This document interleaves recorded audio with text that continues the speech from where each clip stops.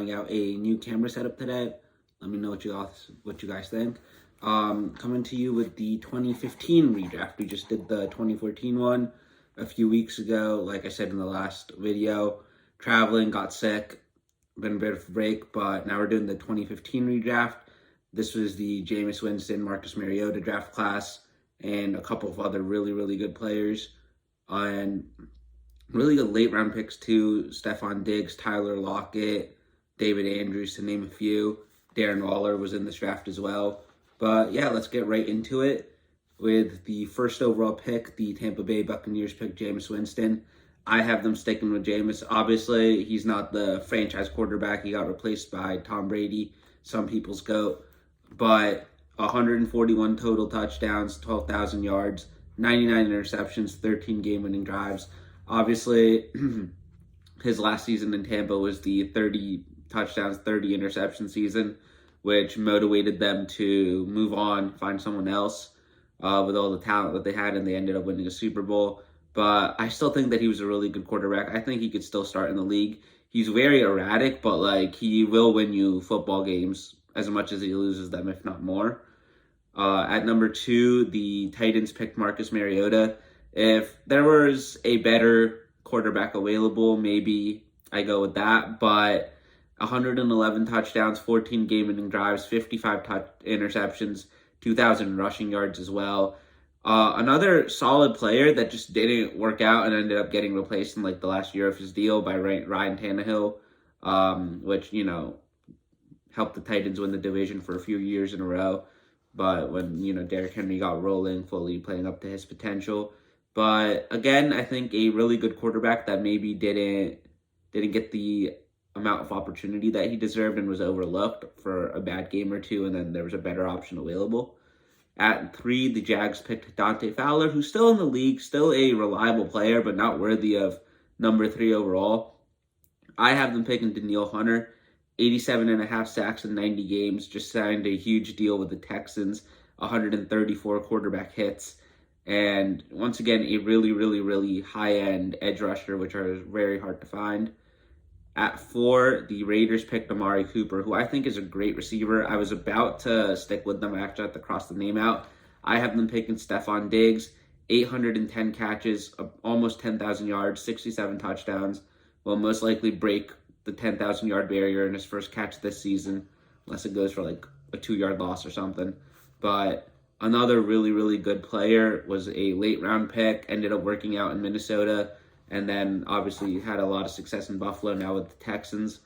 But a really good player for the Raiders there. The position that you're after, just a little bit of an upgrade. Amari Cooper isn't a bad player by any means. At 5, the Washington other team at the time, but now the Commanders, picked Brandon Scherff. I have them sticking and picking. 42 penalties, 19 sacks, and 5,000 snaps. Hasn't stayed the healthiest, but when he does play, pretty good player, pretty good offensive lineman. At 6, the Jets picked Leonard Williams. I have them sticking and picking. 173 tackles for loss, 43.5 sacks, was the defensive rookie of the year. Played for the Giants for a few years. Dave Gettleman made a horrible trade to get him, and then, was out leveraged to give him a lot of money, which ultimately ended in him getting traded to the Seahawks last year. But still a really, really good, valuable interior edge or interior defensive presence. At 7, the Bears picked Kevin White. I think our first outright bust of this draft.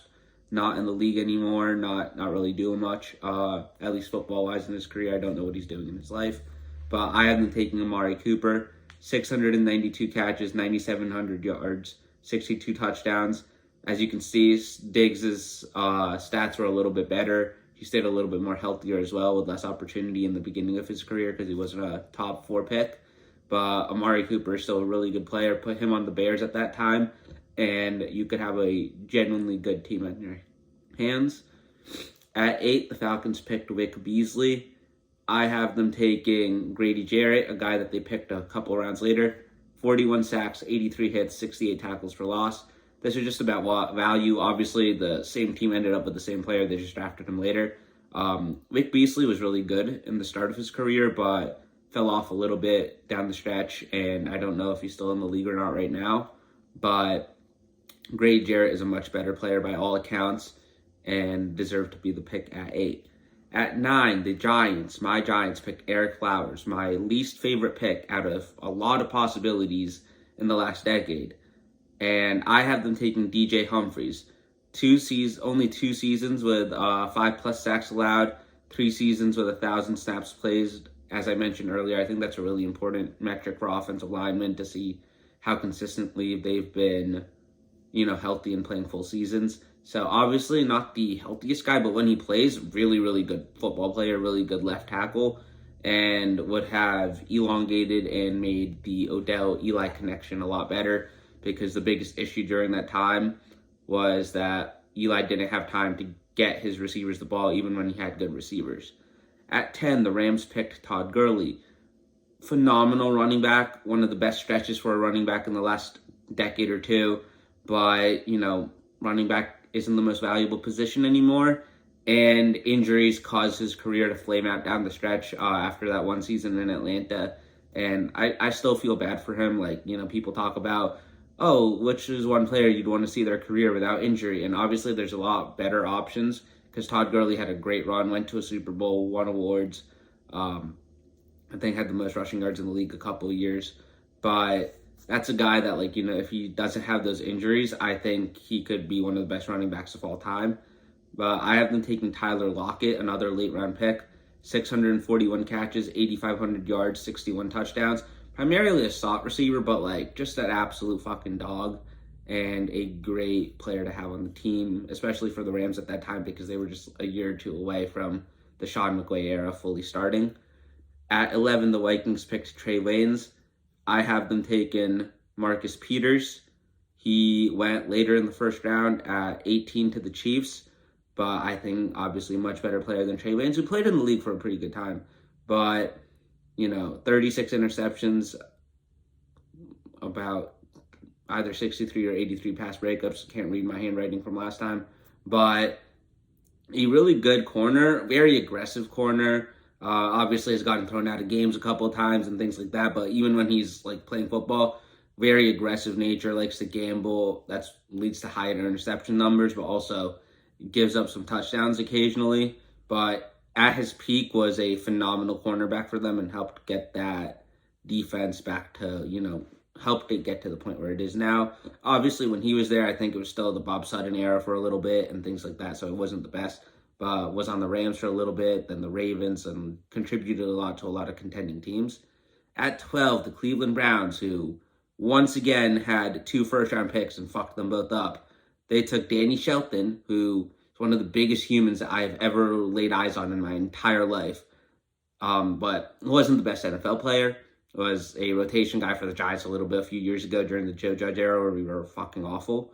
But I have them taking Arik Armstead, 46 sacks, 43 tackles for loss, and once again, a really good contributor to the 49ers for a really long time. Just got cut. I think he's on the Jaguars now, but really good player.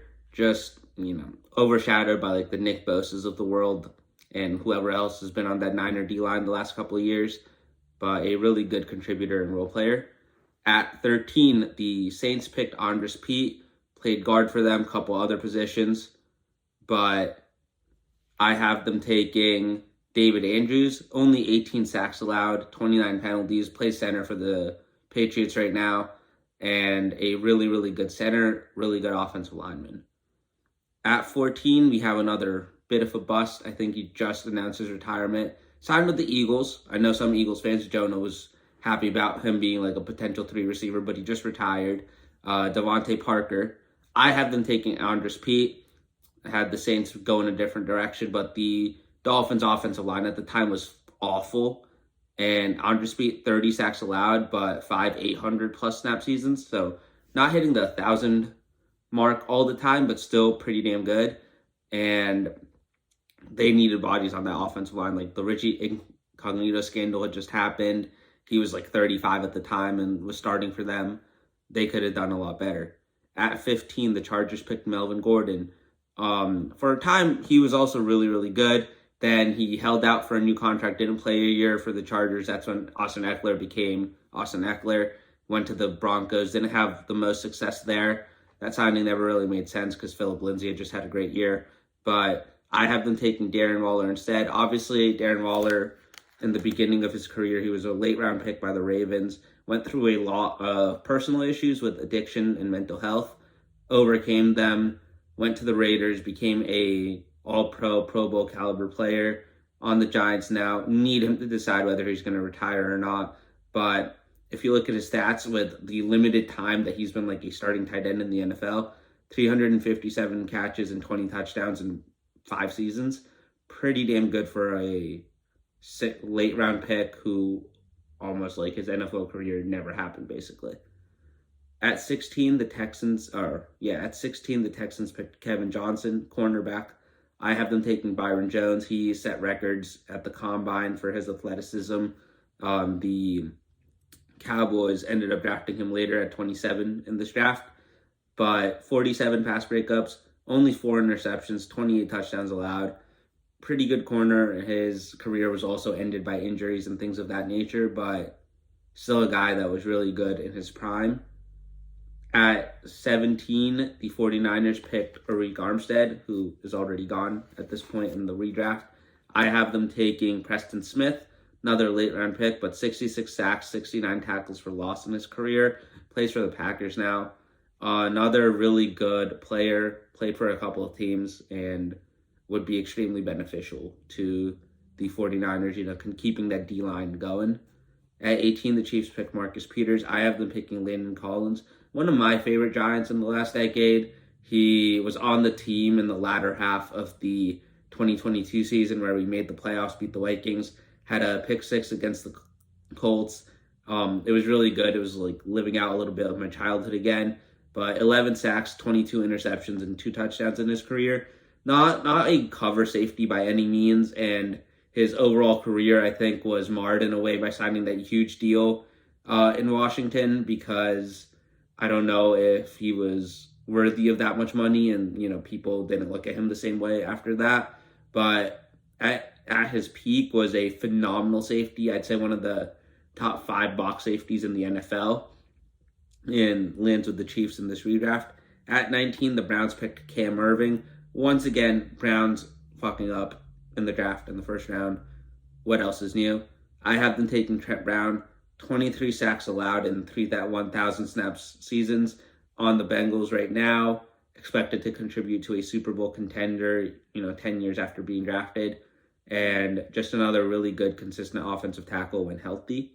At 20, Eagles. Wide receiver in the first round. What could go wrong? They go get Nelson Aguilar. I have them taking Shaq Thompson. Obviously, Howie Roseman has an aversion to drafting linebackers early, as we've seen in the last few drafts. But Shaq Thompson, 563 tackles, 13 sacks, 20 pass breakups. Just a really good all-around player, really consistent, and would transform if he's still on the Eagles right now. If they draft him in 2015, that defense would be even better than it already is. Maybe they win the Super Bowl again in 2022 or 2023, I guess.